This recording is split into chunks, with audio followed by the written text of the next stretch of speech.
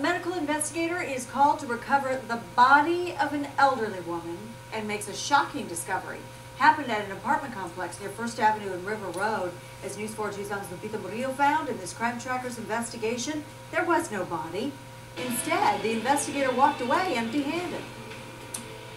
Joan Allman lived in this complex. June 14th was the last day that neighbors say they saw her alive. 4 days later, her boyfriend called the manager and asked her to check in on Joan because he hadn't heard from her in a couple of days. News 4 crime trackers obtained this investigative summary that says Officer Lenny Wong arrived on scene. The officer at the time stated that the decedent was decomposing and he pronounced her on the scene. The report says Officer Wong pronounced her dead at 2:15 p.m. Jimmy Rosario was a medical legal investigator from the Pima County Medical Examiner's Office. He no longer works there. We went to Phoenix to interview him. It was one of those calls that just stuck in the back of the head. I'll never forget her. He won't forget because as he was processing the scene with Officer Wong in the room, and as I looked, I could have sworn that her leg had moved. The room was dark, so they opened the blinds. I noticed that her ankle was rotating around.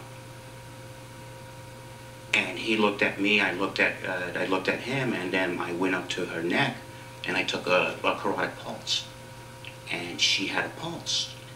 And I said, "Joan." And she moaned.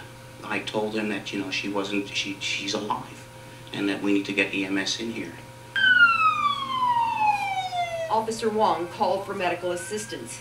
A nearby Tucson fire station sent paramedics within minutes. In the meantime, Rosario's 30 years of paramedic training kicked in. The sheets were sticking to her skin, so I had to gently turn her around on the supine position and started cleaning her airway. I got on the bed and just had her head on my lap and just started talking to her. "Hey, we're gonna get you help, you know, hang in there." And paramedics arrived and Rosario briefed them. Told her to be very careful because the sheets were sticking to her.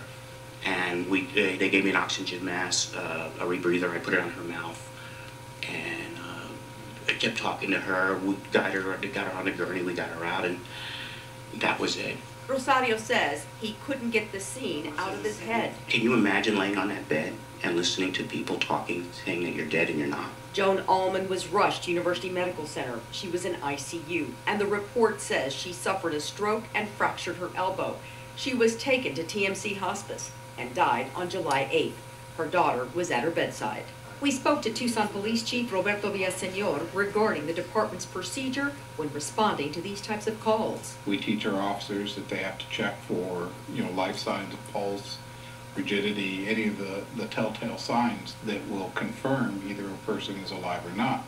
And that's what really disturbed me in this circumstance. It was quite apparent that that was not done. As for Officer Wong, Officer Wong resigned in lieu of termination. It just demonstrated again such a lack of judgment and follow-through that it was not representative of the caliber of work that's done every day by the members of this agency, and I just could not keep him on the agency. Rosario says from that day on, he made sure to check vitals on every case he was assigned, and he urges anyone making welfare checks to do the same. If you have a story for Crime Trackers, email crimetrackers@kvoa.com or call 955-4444. In Midtown, Lupita Murillo, News for Tucson. All right, Chief Villaseñor initiated an immediate internal investigation. We tried to contact Officer Lenny Wong's attorney for his side of the story, but we have not heard back. A local construction company had an expensive back